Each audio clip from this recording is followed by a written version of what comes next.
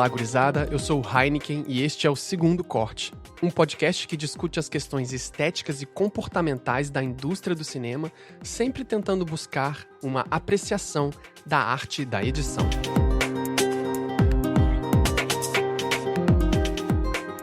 E no episódio de hoje, a gente vai falar sobre Mother, um filme bastante celebrado, bastante comentado e talvez um dos mais criticados filmes do Darren Aronofsky.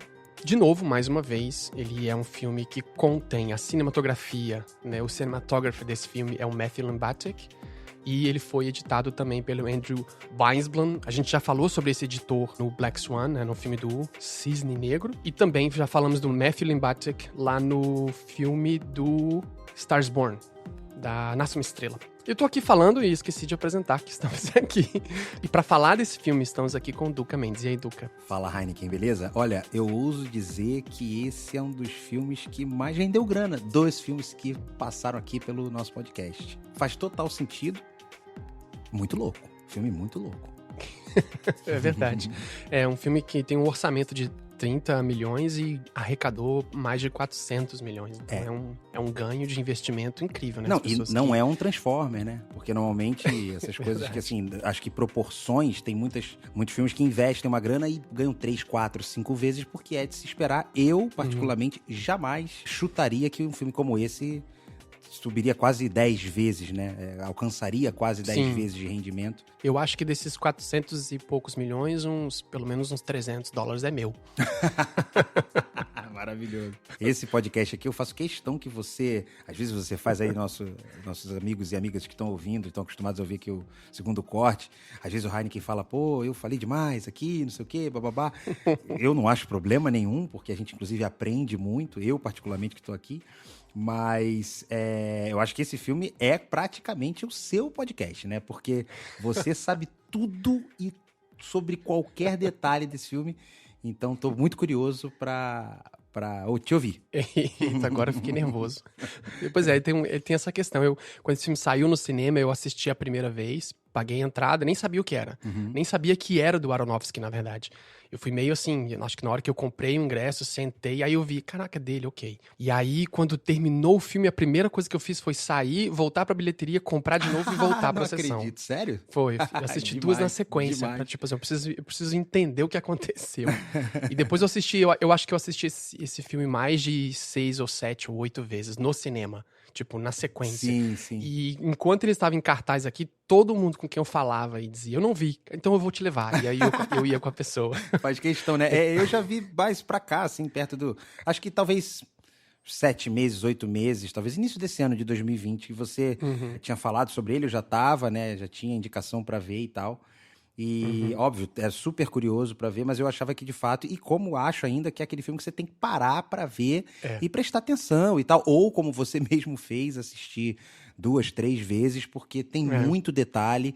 E é um filme legal também, que eu acho que ele envelhece bem, assim, né? Eu acho que é um filme que, na verdade, melhor dizendo, a gente vai entendendo ele melhor ou mudando nossas percepções com o tempo, porque é um filme de muitos signos, muitos símbolos, né? Eu tive 2 experiências muito interessantes. Eu assisti esse filme com uma pessoa super católica do lado. Difícil, E assisti Difícil com um tarefa. japonês. Um japonês que não tem nenhuma religião católica, né? Nem ocidental, né? E eu tive 2 diferentes impressões com eles, né? Tipo, com a pessoa católica, o filme dialoga muito. Porque a religião é muito vinculada a Maria, né? A mãe de Jesus. E as pessoas identificam imediatamente isso, né? Quando você tem essa coisa. E como o japonês com quem eu assisti, o Yuta Ishibashi, ele não tinha nenhuma relação, tipo, ele não sabia nem quem... Ele sabia que existia Jesus Cristo tal qual a gente sabe, sei lá, pensa, sei lá. E aí ele falou que achou... Ele teve várias impressões que a gente vai colocar daqui pra frente no episódio. Mas foi muito interessante porque ele percebeu um filme também sobre obsessão, um filme também sobre loucuras mentais, mas ele não fez ligações religiosas com o filme, ele fez ligações de saúde mental com o filme. Mas ele não pensou em questões metafóricas, sabe? Eu, talvez por não ser católico e não ser praticante de nenhuma religião, e sim de uma religiosidade, eu não fui por esse lado no filme, cara. Muito engraçado. Eu até em algum momento, quando eu vi e comecei a ter esse tipo de percepção da cabeça perturbada, do conflito interno, se as pessoas de fato eram elas mesmas, assim, melhor dizendo, né, o casal, aquele marido era um marido de verdade ou era alguém daquela mulher, alguém, né, um outro personagem que ela enxergava e não existia, por exemplo. Eu comecei a ver dessa forma. E aí, talvez, do meio do filme, ou em algum momento do filme, eu comecei a criar, né, na verdade, comecei a perceber, mas no meu racional eu estava criando esses personagens católicos. Porque como eu não tenho a ligação direta, eu também tive um pouco dessa percepção que você falou do seu amigo japonês. Assim, eu comecei a falar, pô, será que isso aqui é Deus? Será que ela, então, seria a mãe? E ele, será que é o Jesus? Eu comecei a inventar, porque para mim, eu não tenho conhecimento amplo, não é natural para mim ter essa hierarquia, principalmente do catolicismo, né? Jesus, Deus, Jesus, Maria, José, enfim, eu não tenho essa hierarquia muito clara na minha cabeça, ou pelo menos não é o top of mind, assim, vamos dizer. Então eu não bati o olho nos personagens e entendi, falei, olha, isso aqui é Deus, isso aqui é a mãe, isso aqui é o filho. Não foi assim. Eu estava muito focado na personagem como uma pessoa que tinha um desgraçamento na cabeça, as coisas caindo ao redor dela, e ela falando... Então, pra eu ir no símbolo, eu demorei, cara. Até porque eu sou um cara muito da terra, né? Pra mim, o que tá ali é o que tá ali, né? Então, enxergar símbolos é um exercício desde sempre pra mim, né? Procurar os símbolos. Eu gosto, exercito, mas, de fato, não é a primeira percepção. Então eu só olhava assim, ela é uma mulher que tem um problema, ele é um cara que, bicho, artista não tá nem aí, muito louco, as pessoas estão entrando na casa, e aí depois que eu comecei a falar, peraí, as pessoas não são as pessoas. A casa, acho que não é uma casa, né? E aí a gente vai discutir isso um pouco mais. Quando a gente escolheu falar e quando eu decidi que a gente ia colocar esse filme aqui, eu fiquei pensando naquela coisa. Cara, tem tanta coisa pra falar que... Talvez esse seja um segundo corte Mother parte 1, né? Parte 1 de 9. Verdade, porque tem porque, muita assim, coisa. eu realmente fiquei obcecado pelo filme. Não sei porquê, fiquei obcecado. Primeiro eu fiquei obcecado pelas performances. Como ator, eu fiquei obcecado pela atuação, né? Eu ficava pensando, cara, como que eles atuaram desse jeito? Como devia ser difícil? E aí eu cometi o primeiro erro, que depois da quinta, sexta vez, eu resolvi procurar se tinha roteiro, eu não tinha achado ainda. Eu fui achar roteiro quase um ano depois. E aí, quando eu li o roteiro, cara, o roteiro eu recomendo muito pra vocês lerem, vou tentar deixar aqui embaixo.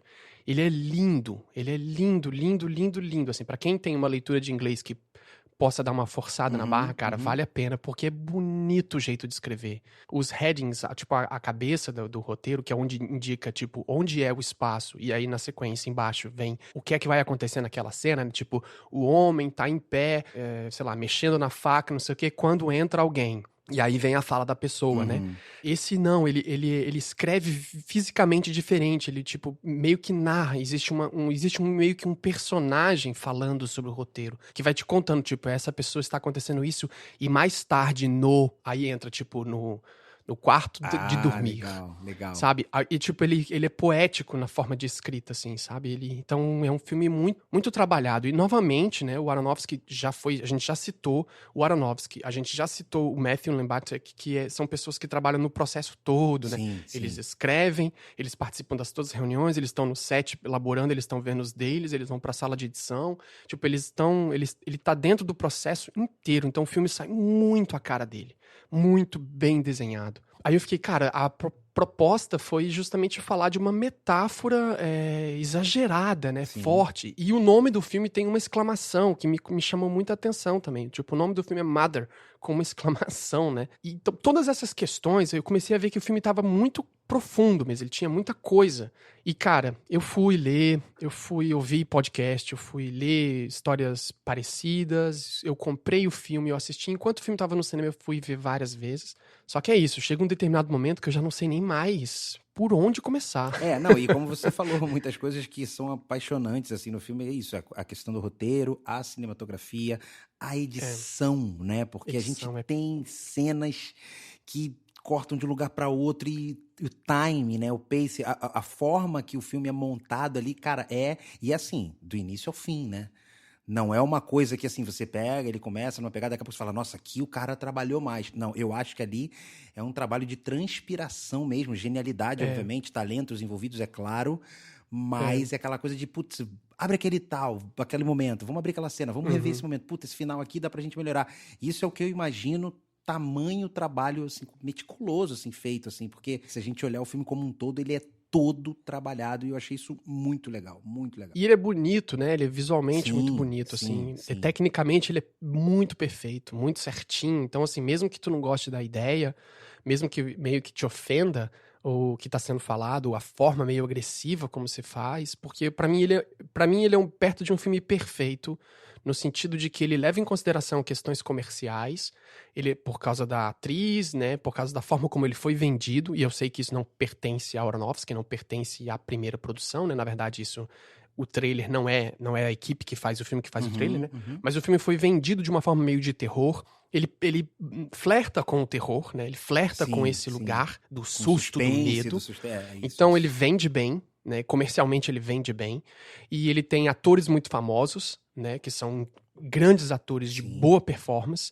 Ele é muito bem cortado, ele tem o melhor Foley que eu já vi em filme. É impressionante. Tipo, é a melhor equipe de áudio do planeta. Não, e uma coisa legal que você tá falando da beleza, foi a Company 3, né, que fez. Que acho que a gente já falou aqui, não sei qual foi o filme, não sei se foi no Uncut, não sei eu acho que qual foi. O Uncut Gems é da Company 3, eu acho. Eu acho que enfim, galera que fez também o Jojo Rabbit, Deadpool, tava até lendo na pauta aqui. E, assim, os caras são impecáveis. É um site que a gente também recomenda. Entra lá no site dos caras, assim, só pelos frames você já fica babando. Porque é muito lindo, assim. Os caras têm um trabalho de muito bom gosto, né? Então, nesse filme também, com a quantidade de cenas e fotografias e altas e baixas espalhadas o tempo todo, cara, o filme é muito bem equilibrado, assim, tem uma harmonia muito grande, né? E é uma companhia de coloristas, né? Fundada por coloristas. Tipo, de fato, não é só uma companhia de pós, né? Necessariamente, né? O foco deles é de você visualizar a pintura, né? São artistas da tinta do filme, né? Assim, posso fazer essa analogia meio maluca. Pra mim, Matthew Limbacher é o mesmo range do Ridley Scott, que é um diretor com muito range. Assim, de, tipo, faz muitas coisas diferentes, sabe? O Matthew, tipo, ele trabalhou no Iron Man, no Black Swan, nesse filme, sabe? Tipo, são filmes muito diferentes, e tá sempre lá com uma coisa muito de encenação, semiologia, sabe? Eu acho brilhante mesmo. E uma coisa que eu acho que esse filme tem de interessante, a forma abstrata de tentar colocar uma história muito, muito específica, talvez em cima de um mito, né? O mito da criação, o mito da renovação, e tentar falar sobre vários assuntos sem necessariamente precisar defender uma única bandeira. Talvez essa é uma coisa muito difícil de se fazer, se você tiver esse como se esse for o briefing do cliente, imagina como difícil é você chegar neste resultado. Pessoalmente falando, eu tenho um histórico de religiosidade maior, que o Duca citou aqui dele, né? Eu li a Bíblia 2 vezes inteira, pra valer, porque eu sempre fui muito desse de estudar, leitura e tal. Eu resolvi ler, porque eu queria saber qual era a história desse livro que todo mundo estava usando como referência para criação, enfim, de uma religiosidade, sabe? Eu sou ateu praticante.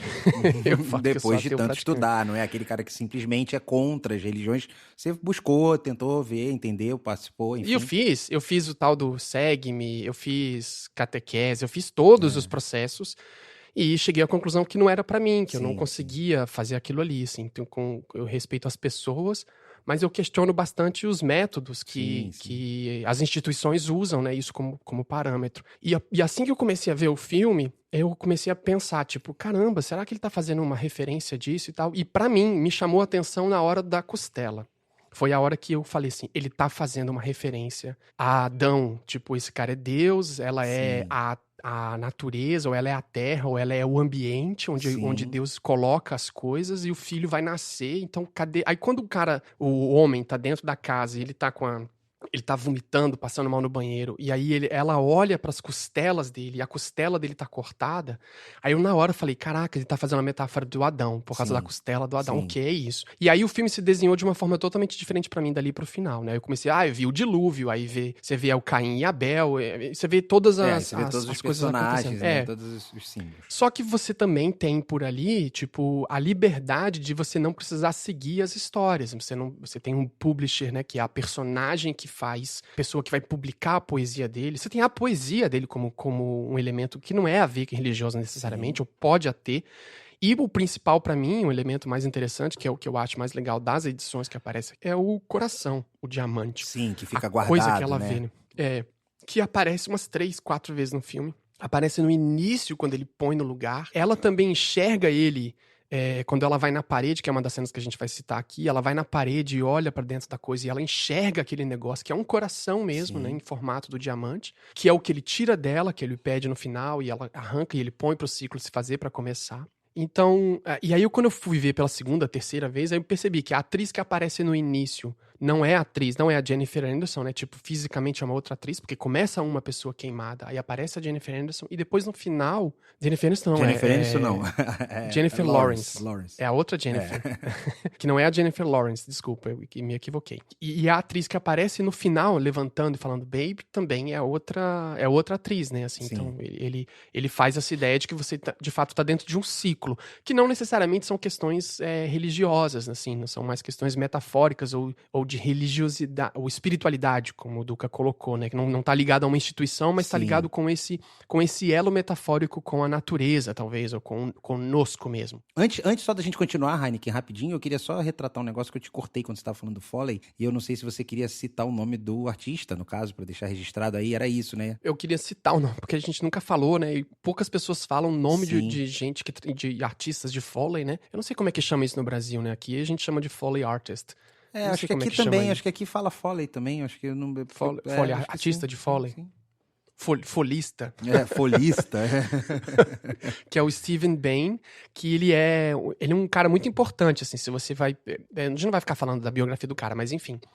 Eu sugiro que procure o nome do cara e comece a procurar filmes que ele trabalha também, porque você vai começar a descobrir. É uma forma boa de estudar para as pessoas que estão começando, nos ouvindo e estão começando nessa vida de cinema, ou estudar cinema, ou, enfim, de arte.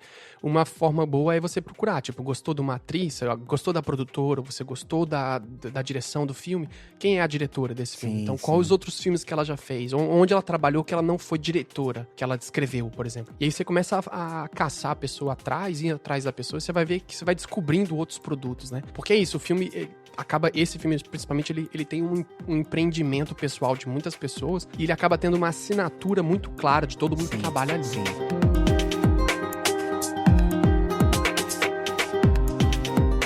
Inclusive, tem um filme que é muito bom, chamado Mother, também, que é do Bong Joon-ho, que é o diretor e roteirista do Parasita, né, que ganhou o Oscar de 2019. Que eu acho curioso é que o que diferencia o Mother do Aronofsky é porque ele põe uma exclamação. E nesse sentido é que eu acho que o filme já começa te mostrando que ele é um mega soco no estômago. Acho que todas as pessoas que assistem o filme sempre relatam esse lance do ritmo ser frenético, né? Quando a coisa começa, ele nunca mais para e você acha que não vai acabar e aquilo vai até o final e é uma loucura isso, porque o filme já te mostra desde o início que ele é uma grande exclamação, né? Ele é um grande socorro, ele é um grande grito de uma vez só.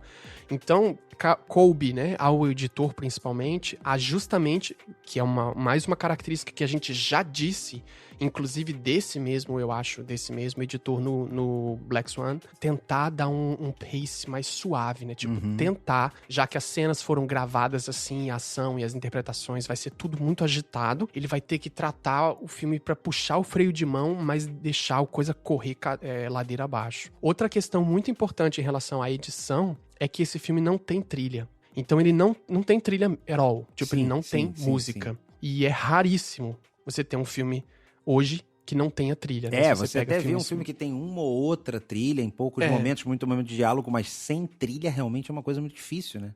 Não tem. A única música que tem no filme, né, que é tocando, faz parte da cena, né? Tá dentro da cena da balada, quando rola aquela festa, e aí tá rolando uma música lá. Sim, sim. Mas ela faz parte da realidade dos personagens, e isso faz muita diferença pra você justamente dar o tempo, o time, né? Porque a música ajuda emocionalmente a conduzir a plateia pra o tipo de emoção que precisa fazer, né? Então, se você tem uma perseguição, você tem uma música frenética que ajuda você a conduzir. Então, pensem nisso quando você assistir o filme, que você tem o editor tá com a mão atada em algum aspecto, né? Tipo, ele tem menos uma coisa pra lhe ajudar, né? Ele vai ter uma coisa que vai ser contra o trabalho dele, que é não poder usar a música pra poder estabelecer qualquer que seja a atmosfera. Sim. O filme tá aí no Brasil? Eu tenho aqui ele hoje, né? Ele tá no Telecine Play. Acredito também que esteja na Globo.com, né? No Globoplay, no caso, que é o stream da Globo lá. Então, acho que tem nessas duas plataformas aí. Bom, uma cena que eu selecionei pra gente poder discutir é a cena bem no início,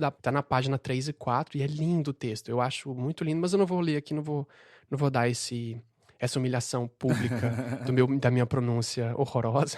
Então eu não vou fazer isso. A cena, ela tá em torno de 4 minutos também, ali, 3 minutos e pouco. Se a gente botar ali em 4:40 exatamente, deixa em 4:40 e vamos soltar. O 4:40 é um frame que ela tá no meio da porta aberta pra fechar a porta. É isso. A porta já quase fechando. É importante lembrar antes da play é que, assim, eu percebo que talvez exista, pode ser uma forçação de barra, mas talvez exista uma tentativa de deixar esse padrão cristão dessa história mitológica sobre a criação, e é claro que essa história ela é judaica, ela não é necessariamente só cristã, né? Existem outras vertentes que também usaram essa história do mito da criação. A gente tem muitas histórias religiosas muito clássicas, mitológicas, né? Que a gente chama de mitologia a partir do momento que a gente estabelece um cristianismo como história oficial e começa o ano do zero no nascimento do Deus, que é o que a gente usa como referência, tanto que a gente tá aqui falando que tá 2020, porque a gente tá usando 2020 anos que começamos a contar a história do zero, e também estabelecemos para trás menos 1, menos 100, tipo, Aristóteles nasceu em menos 400 e tanto, porque é lógico que quando Aristóteles estava vivo, ele não se chamava, estamos no ano de menos 400. Sim. Né?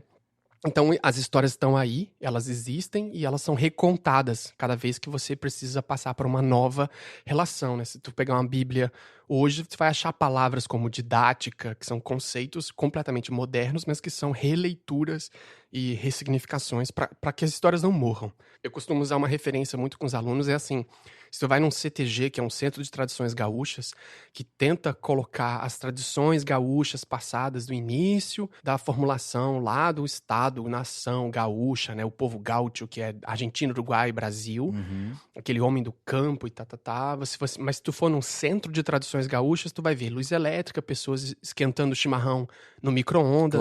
Claro. Né? Porque se a gente não modernizar determinadas coisas, a gente vai perdê-las, né? A gente precisa modernizar para ela dialogar com o atual.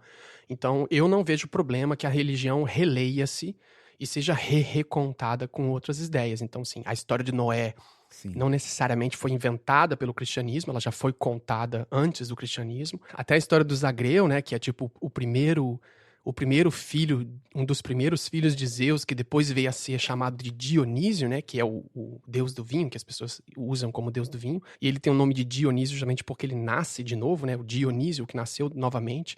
E se tu for ler a história do Zagreu, você vai achar muita semelhança com a história de Jesus Cristo.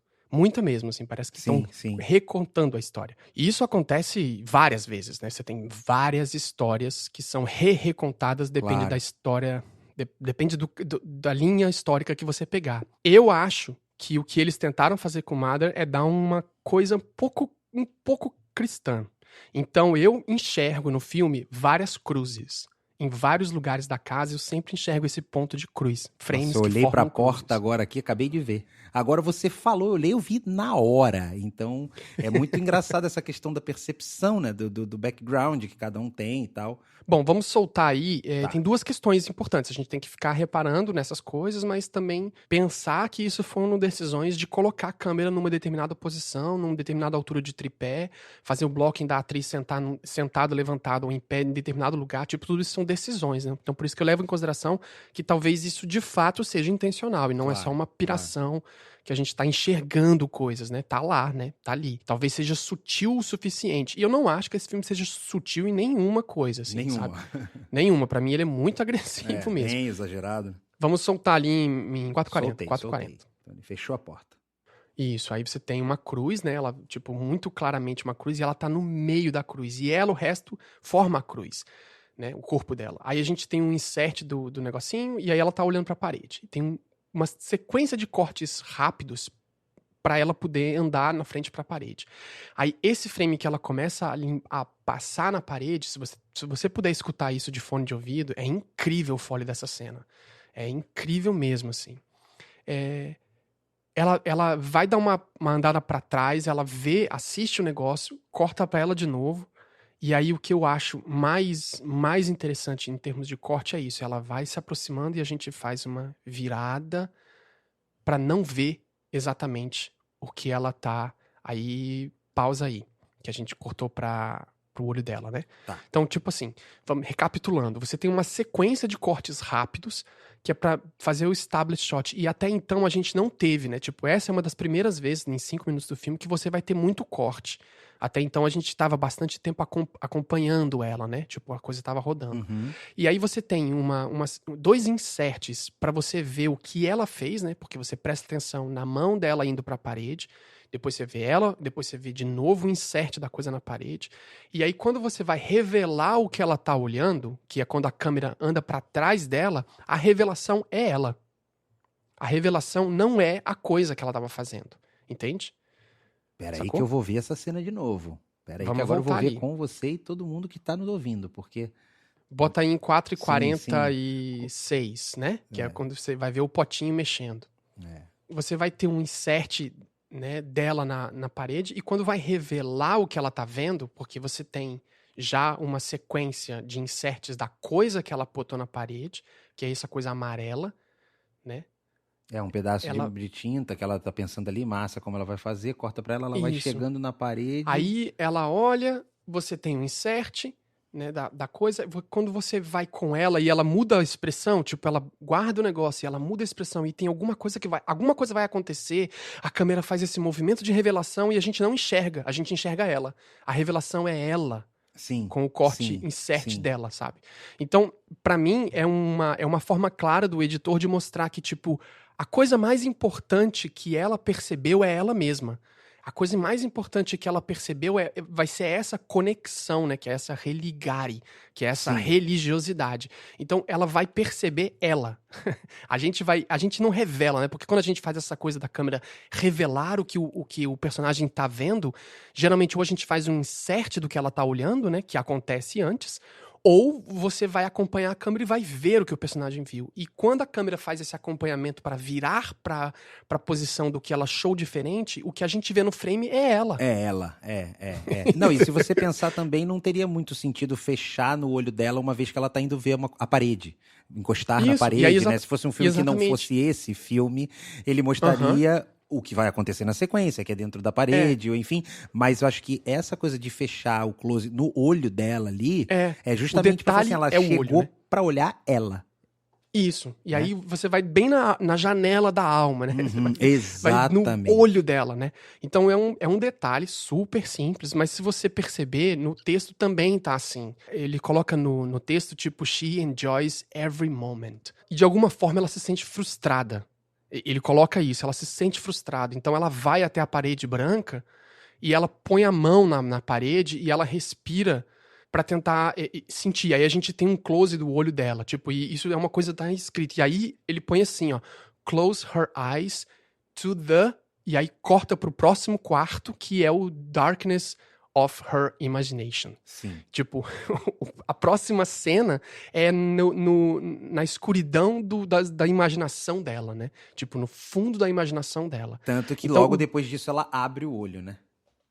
Que é como ela chegou ali, sentiu, enxergou o que tá dentro, nessa conexão simbólica ali, e aí abre o olho pra voltar pra cena, e aí você entende que ela... Aí talvez aqui seja um reforço, né, de falar, olha, se você não entendeu que ela tava indo enxergar o que tem dentro dela, ou o que faz parte dela, porque talvez a casa ela seja uma coisa só, ele volta e fala, putz, ela abriu o olho, então ela estava enxergando o que existia dentro dela, de uma forma mais simples de explicar, né?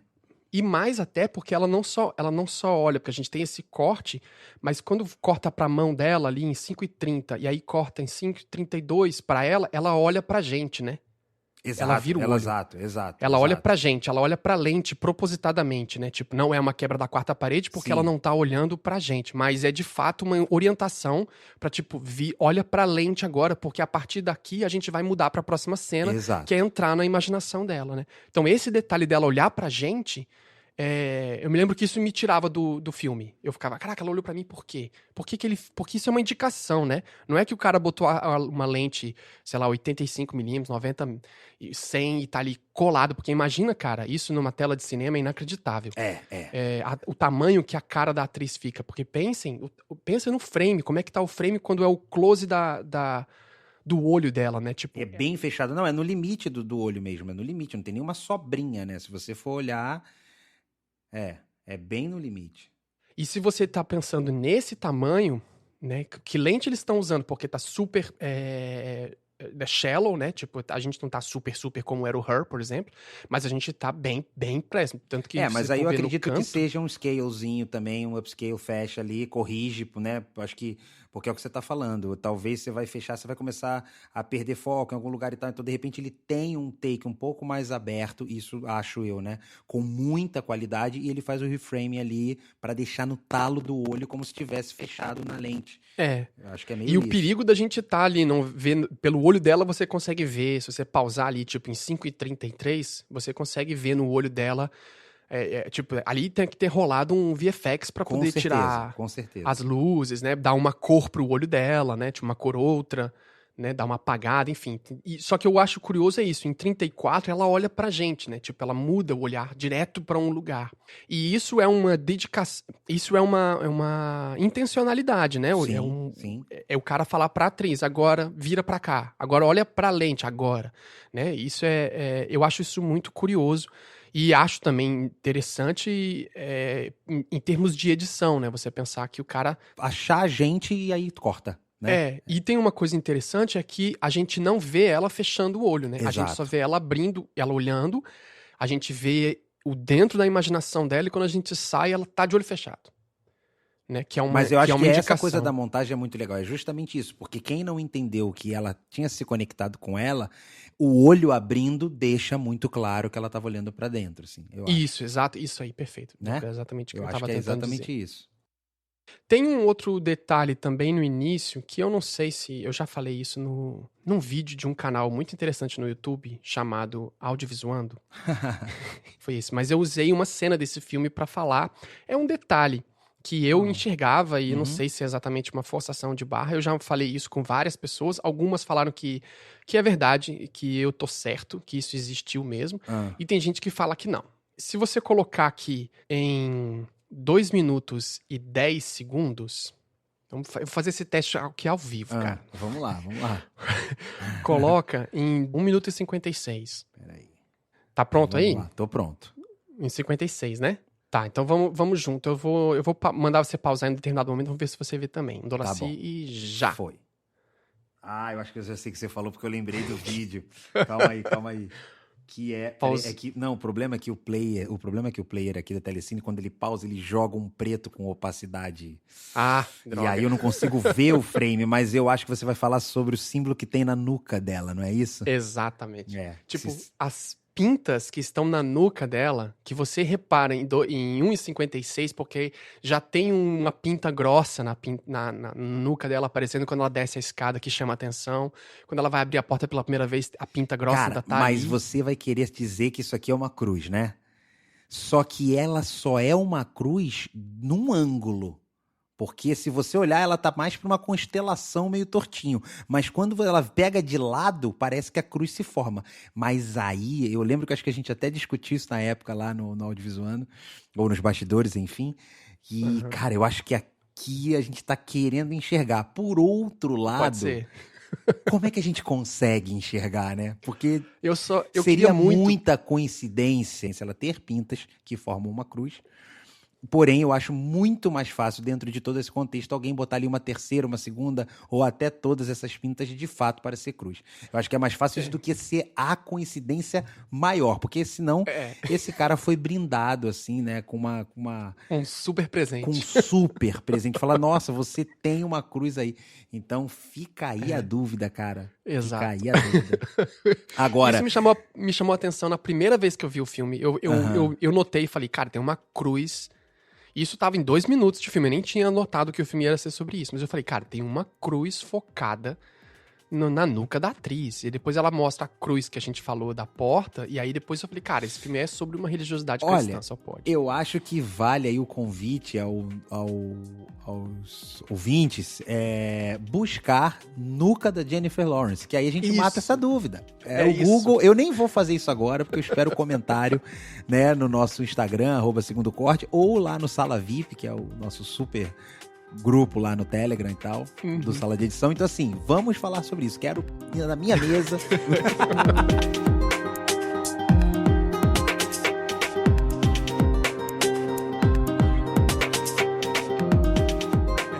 Eu gosto de acreditar que foi de propósito.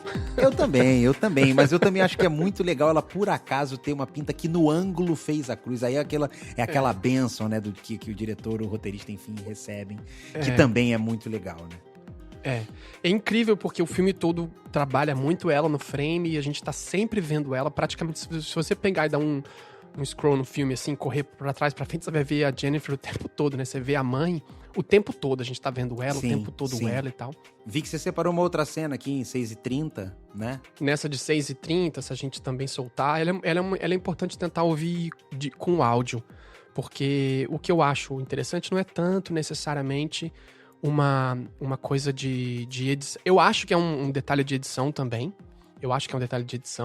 Mas é uma curiosidade para quem estuda isso. Porque, assim, é muito comum você ter professores e professoras indicando um certo padrão de como fazer, né? Como você filmar. E uma coisa que eu, pelo menos, sempre aprendi com praticamente todos os professores e professoras que eu tive na vida foi assim: procure sempre mostrar aquilo que você ouve para que você veja e escute aquilo que você está vendo, né? Então, se você escuta uma moto, é bom você enxergar a moto, né? Sim. É bom você saber a moto. Então, se você vai escutar um helicóptero, você tem que botar o helicóptero de alguma forma na cena, né? Tanto que no sentido inverso, você direciona muito também as coisas. Na verdade, você direciona o olhar do espectador com o áudio também. Então, por exemplo, tem uma balada que tá rolando uma música, aí tem um casal conversando numa escada, é impossível você ouvir o áudio daquela pessoa que tá lá na escada. Mas se você tá ouvindo, é porque ele quer que você olhe pra lá e não pro restante da festa. Então, acho que Exatamente. né? Isso é um controle. E você, claro, é uma regra, né? Tipo, que tenta se ensinar isso, como a regra do X também, do 180. São regras que estão aí também para serem quebradas, né? Claro. Quando você aprende a regra, é que você tem condição de tipo, não vou fazer isso, eu vou fazer o contrário, eu vou fazer o oposto. E aí nascem as coisas também fantásticas desse quebrar a regra, né? Mas é importante para quem está estudando, começando a aprender as regras para poder quebrá-las depois. E essa é uma forma muito interessante que eu acho, porque o Foley dessa cena, a gente acompanha com super ênfase nela limpando as coisas.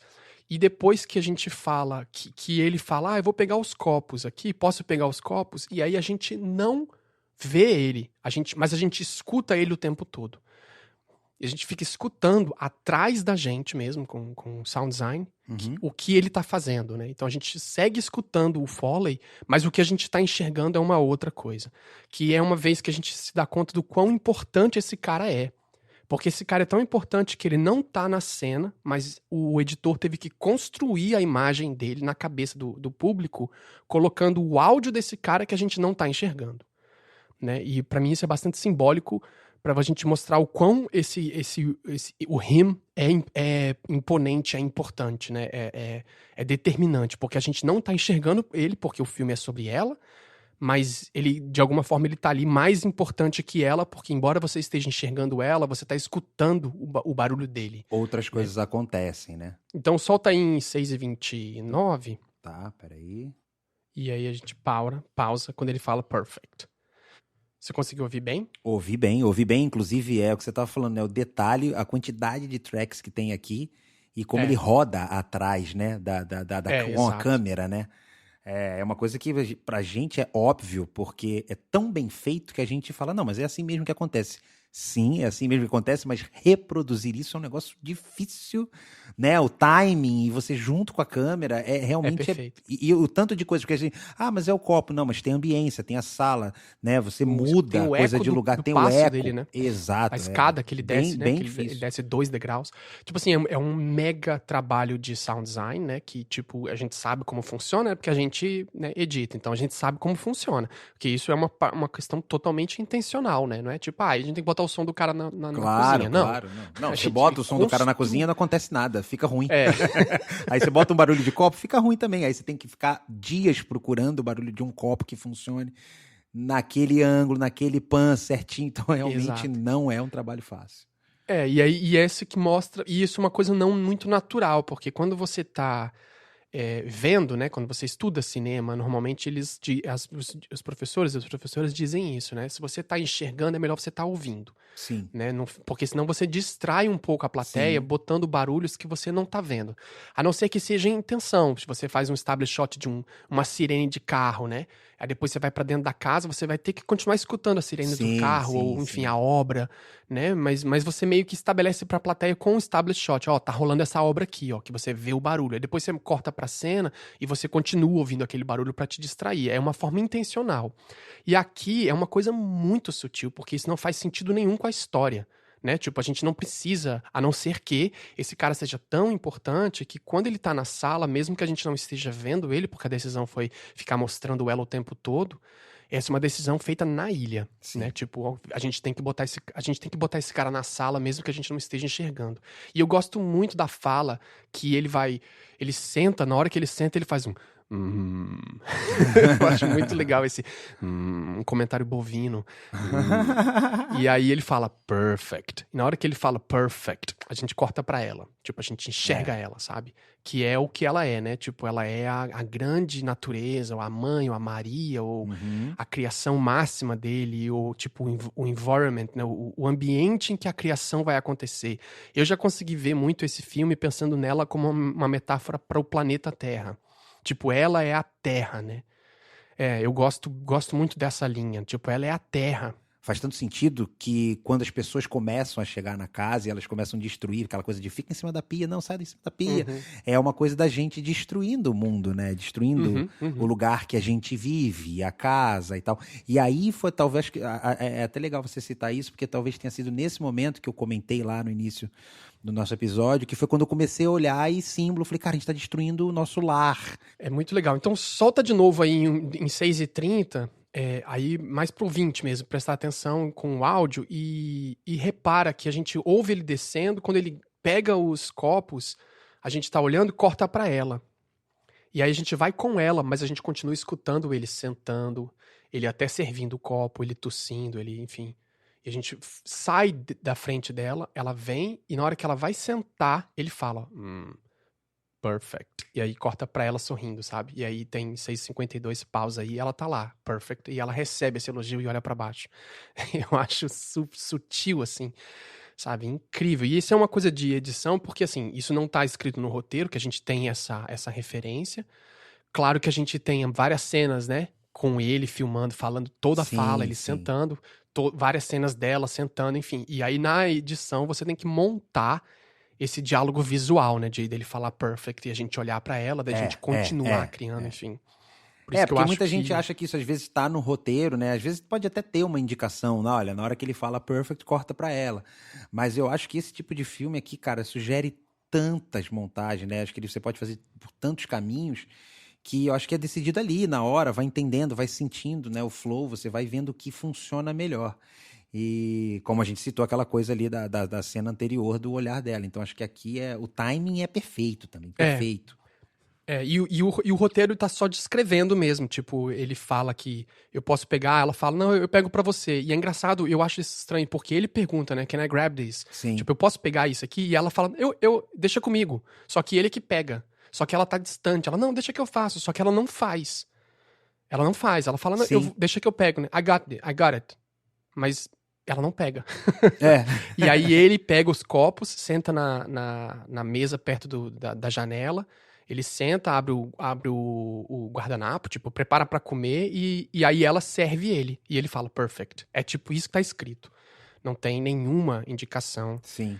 específica. Aliás, esse é um texto que eu imagino que deve ter sido muito difícil interpretar, porque ele tem pouquíssimas rubricas, que é o que a gente chama, por exemplo, em textos de teatro, que são indicações para os atores de como interpretar. Sim. E nessa página, inclusive, na página 4, tem um momento em que ele fala sarcástico, tá escrito sarcástico, yeah, right, que é tipo a primeira vez que...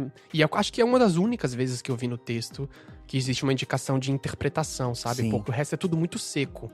Tá só o texto mesmo, tá só a palavra, sabe? Não tem como exatamente você tem que fazer isso. Ficou muito pro ator, né? Pros atores decidirem na leitura e tal, e começar nos ensaios a construir de fato os diálogos.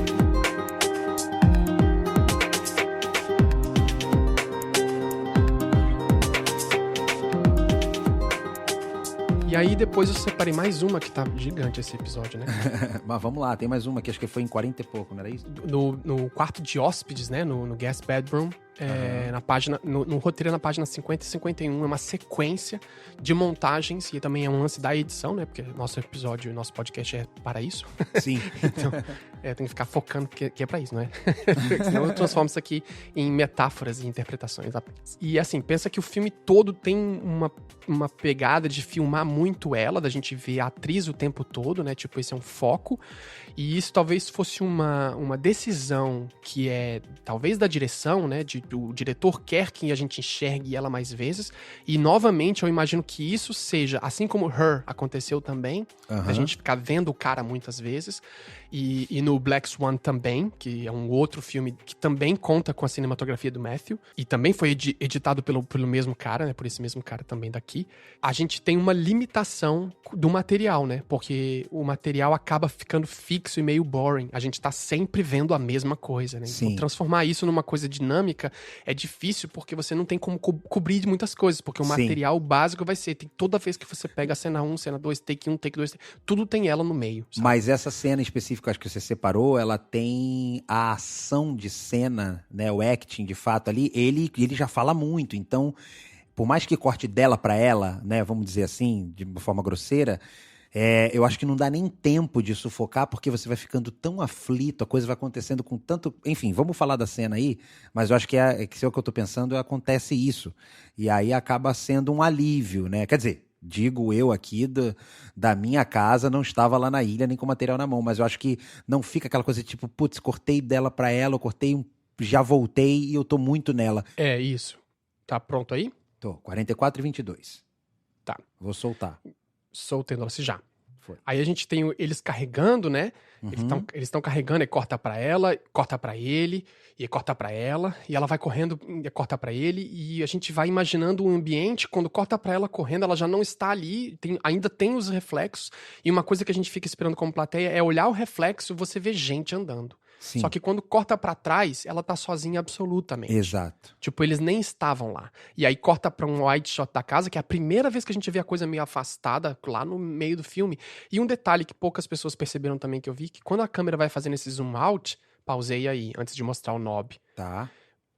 Quando a câmera vai fazendo esse zoom out, você tem a beira do frame tá pegando fogo. Calma aí que eu não reparei nisso não, peraí. Funciona muito bem. Corta pra ela, o áudio vai sumindo deles, como se eles estivessem indo embora. Isso. E realmente, de repente, não tem mais ninguém. E nunca, como se nunca tivesse. E agora eu tô no zoom out. Como se nunca Isso. tivesse, porque não é uma coisa, eles foram pro canto, né, e entraram no carro. Você não viu eles no reflexo e você não vê ele quando é revela. Ah, agora eu tô vendo. Nossa, mas é muito rápido a coisa do fogo ali, né? É já no final do take. Isso, é tipo uma coisinha. No final do take, acho que a galera tem que ficar ligada aí. Bem no finalzinho do take, você vai reparar que aqui já começa a ter uma fumaça e o sound design, mais uma vez, te ajuda a perceber. Porque como foco, principalmente por estar bem centralizada ali a casa, você não olha para essa aresta, para esse canto aqui da cena. Né? Então, e rola uma fumaça para chamar a atenção. Exato, né? Aí a fumaça aparece com o sound design e aí você se liga. Só que quando você se toca, já foi. E me incomoda, não sei se você repara, mas eu me incomodo. Pausa aí, tipo, em 44 e 54. Pode ser que seja meu isso já. Eu não acho que talvez seja Eu sempre acho que as coisas estão tortas, né? E eu acho que a casa tá torta.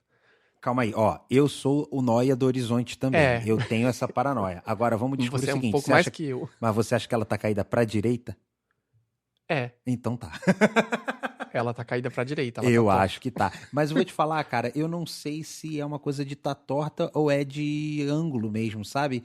Ao Mas invés ela tá dela... centralizada no frame. Não, então, Ela, mais ou ela menos, tá. porque eu acho que a casa tá olhando pro nosso ombro esquerdo. Ela não tá olhando pra mim de frente, é como se ela estivesse Tu olhando pro ombro acha? esquerdo. E por isso que eu acho que a impressão de estar... Sabe quando você tenta ir na sua ilha alinhar o horizonte e ele não alinha? É porque ela não Aham. tá no ângulo certo. Não é uma questão de girado. Sim, Ele sim. tá mais pra Mas você não acha esquerda que ou a direita. personagem mãe tá exatamente no centro? Não. De fato, o storyboard aqui, o desenho é casa no centro da cena. Aí tu acha que eles botaram o tripé não perfeitamente zero. Exato. Entendi. Eu acho. É. E aí a gente tem a sensação que ela tá caída para a direita. Eu chutaria que isso é coisa de quem viu o filme 7 vezes. Pode ser, cara. Talvez seja 9 vezes, mas beleza. O 9. Mas eu acho o fogo interessante porque Sim. você não percebe fácil, tem que realmente chamar a atenção. E o fogo faz frente ao argumento de que, a partir de agora, a gente sabe que a gente viu o fogo no início, a gente tá no meio do fogo agora, tipo, tá chegando no final, e depois o fogo volta, né? Então, Sim. o fogo por fora desse paraíso, que é a casa, ele ainda existe, né? Porque o resto do mundo fora essa casa continua pegando fogo, né? Então, simbolicamente, eu acho interessante que em volta tá queimando. E também no roteiro tem, tipo, quando ele fala, né, que ele olha pra mãe, não diz nada e deixa a casa, né? E vai embora, deixa ela sozinha. E aí a gente vê o sol caindo, né? Tipo, a gente vê que vira entardecer lá fora. A gente vê a casa inteira. E a mãe tá sozinha no porch. Como é que chama isso? Na varanda? Na varanda. E aí ele coloca no roteiro que é a primeira vez que a gente vê o exterior. Ele só cita isso, tipo, essa é a primeira vez que a gente viu o exterior. Uhum. Embora não seja no filme, porque a gente viu o exterior no primeiro frame quando a gente olhou pra ela. Só que o que eu acho interessante é que faz um espelhamento de cena quando a gente tem esse lance de revelar, né? Se você pensar que em 44 e 36 e fazer referência à nossa primeira cena analisada, que era da parede, e soltar em 44 e 36, quando a câmera vai revelar o que ela tá olhando, né? Pra onde ela tá olhando, Sim. é de novo ela, né? Sozinha. Mais uma vez. Sim. Ela de novo em 44 e 43, né? A gente vai ver de novo ela sozinha, de novo. Então aí, mais uma vez, reforça a ideia de que tudo é sobre ela, né? Sim, tipo, ela é o título do filme e é sobre ela, no fim das contas, o filme, né? Também um detalhe bobo, mas em 44 e 45, quando a gente tá no contra dela, tipo, vendo a nuca, o foco não é ela, né? O Exato, foco exato. tá lá no fundo, né? Tipo, é a natureza, né? São as árvores. Tenta ver de fone, se for possível. Sim. Porque, assim, o de fone ele é incrível, cara. O sound design desse filme é incrível.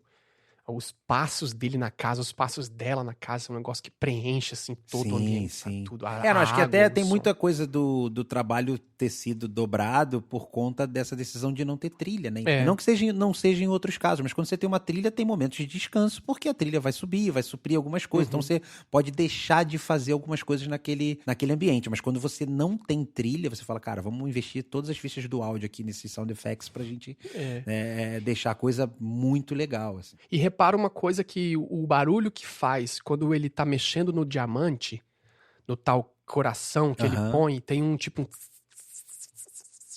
que é o mesmo barulho que eles usam quando ela tá bebendo um líquido amarelo que é da mesma cor dos pós que aparecem dentro do diamante. Sim. Porque quando você vê o diamante, você vê umas coisas dentro do diamante, meio brilhante. E aí a trilha sonora, né, o caso, o sound design, cria um flickering, um tipo umas coisas assim, sabe? E aí quando ela tá bebendo o líquido, que ela tá passando mal, ela põe um líquido amarelo pra beber numa água, é como se eles usassem o mesmo arquivo. Tipo, é o mesmo som. Sim. Quando ela joga o remédio na privada, também é o mesmo som. Tipo, você ouve o mesmo barulho como se, de alguma forma, esse negócio que ela toma é o que constrói esse coração, que é o que ele retira, sabe? E aí, como eu falei, não é necessariamente uma relação... Claro, tem muito a ver com a questão cristã, né, do coração. Mas também não, né? É isso que eu acho interessante. Tem a ver, mas não tem a ver. É só uma metáfora sobre a natureza, sobre nós e tal.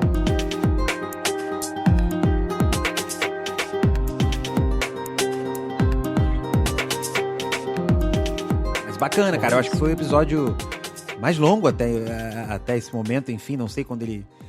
no final, quando eu tiver cortado e você estiver ouvindo aí, mas eu acho que é muito interessante, acho que tem muita coisa pra discutir e, enfim, trouxe esse ponto no episódio para que a gente possa ir pro momento da dica. Pode ser? Vamos pra dica? Manda bala. Olha, eu, cara, sempre tento, mas eu não consigo fugir do tema. Eu acho que não é a primeira vez que eu falo isso. Eu sempre fico, não, vou puxar um negócio nada a ver. Isso a gente falou lá no primeiro episódio. Não, esse momento dica, né? Quando a gente fazia os brainstorms e tal.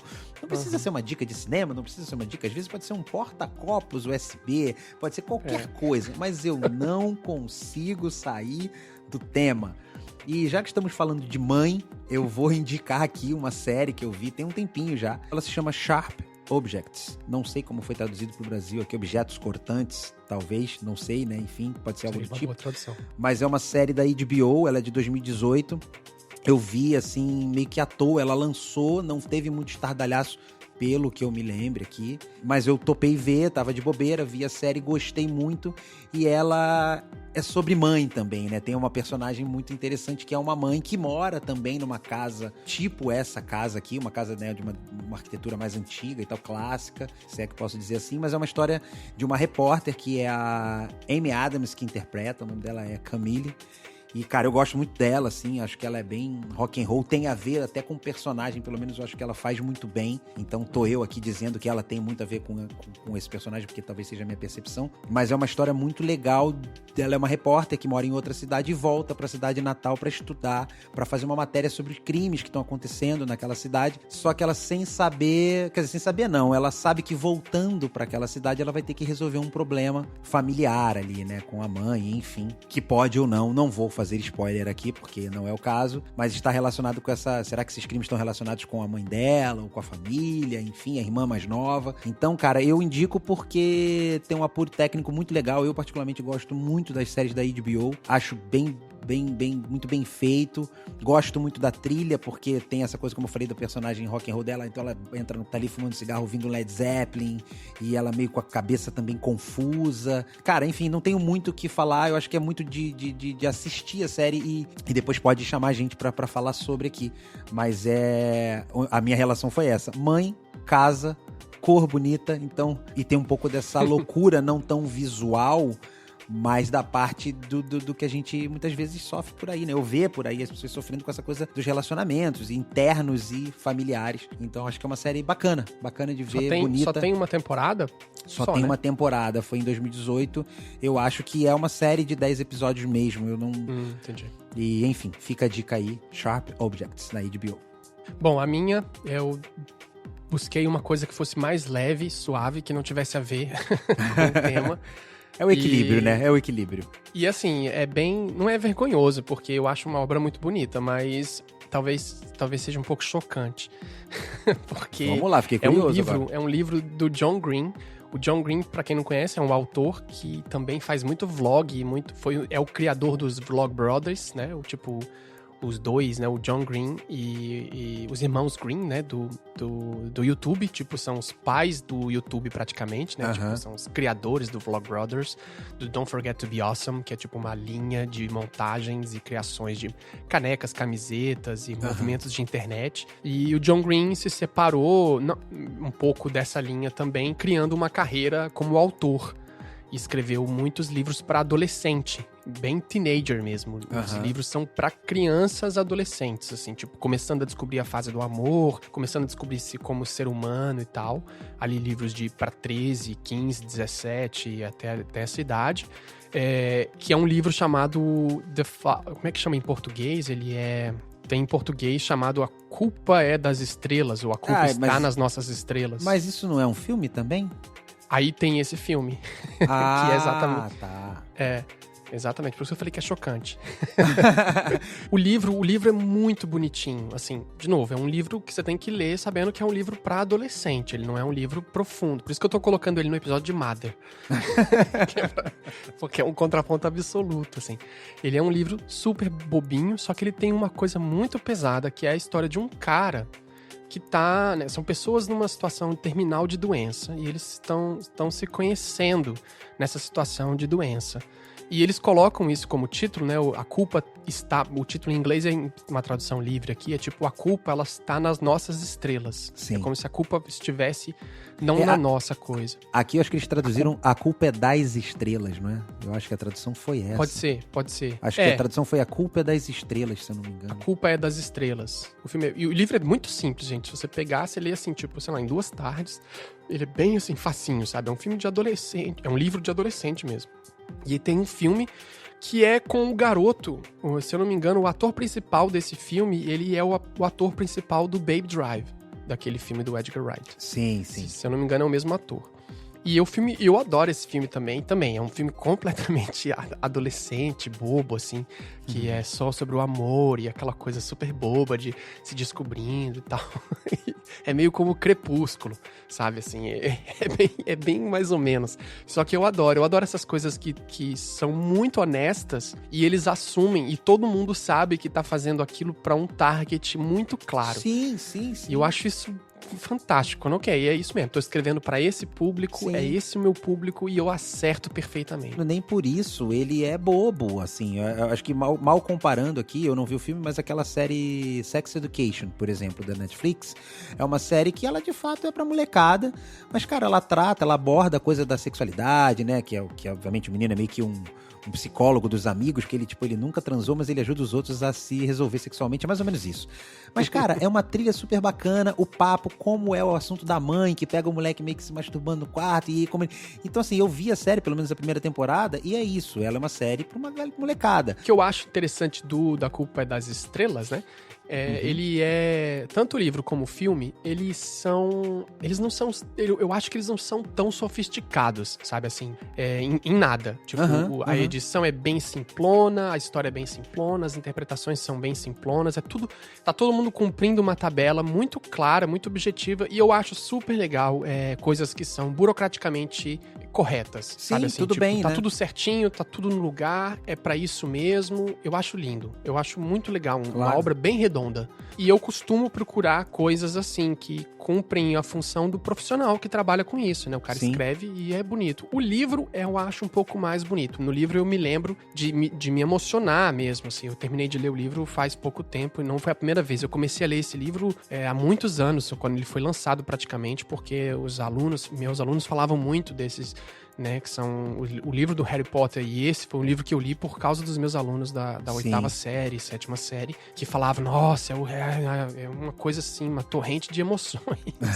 Porque o livro também as imagens ficam a cargo do leitor, né? Então você pode deixar um pouco mais denso. E você se apaixona pelos personagens principais. No filme você conta com o ator e a atriz, que você tem que gostar também deles, né, de alguma forma. Exato. Que eu acho que eles cumprem bem a função, assim. Tem umas coisas muito interessantes, super sofisticadas em termos de criação de frases de amor, sabe, assim, que é uma leitura moderna, mas lembra que o autor desse livro é um cara nascido na geração da internet. Entendi. Ele é o pai da internet, só que ele não põe esse peso de rede social, do youtuber, sabe, dentro. Embora ele venha desse lugar. Então, é um distanciamento do que ele conhece como realidade para escrever para jovens que estão assistindo. E é uma coisa de enaltecer a leitura, o estudo e a alegria de estar em coletivo, que eu acho que é bonito, sabe? Assim, é uma coisa bonita mesmo. Então, fica a minha dica é o livro, e se depois você terminar e se emocionar bastante, vai ver o filme, que você vai se emocionar de novo, de outra forma. O filme tem um outro caminho, ele não muda muito os personagens, ele é bem fiel, mas ele dá uma cara para aquilo que você sentiu. Então é isso, gurizada. Queríamos agradecer, né, vocês terem conseguido nos acompanhar até esse momento. A gente realmente fez um episódio atípico, grande, né, longo, mais do que normalmente a gente faz. Vou tentar deixar escrito aqui embaixo no site, né, no Sala de Edição. Você pode encontrar o nosso episódio e embaixo você tem links pro episódio e nesse link leva pro site que a gente tem, tipo um site separado, que a gente tenta colocar todas as coisas do Segundo Corte, né? Um segundocorte.com. Então, se você procurar segundocorte.com, você vai encontrar esse site. Às vezes ele pode estar desatualizado. Se ele estiver desatualizado, desculpa, ele vai ser atualizado algum dia. Não, e cobre a gente.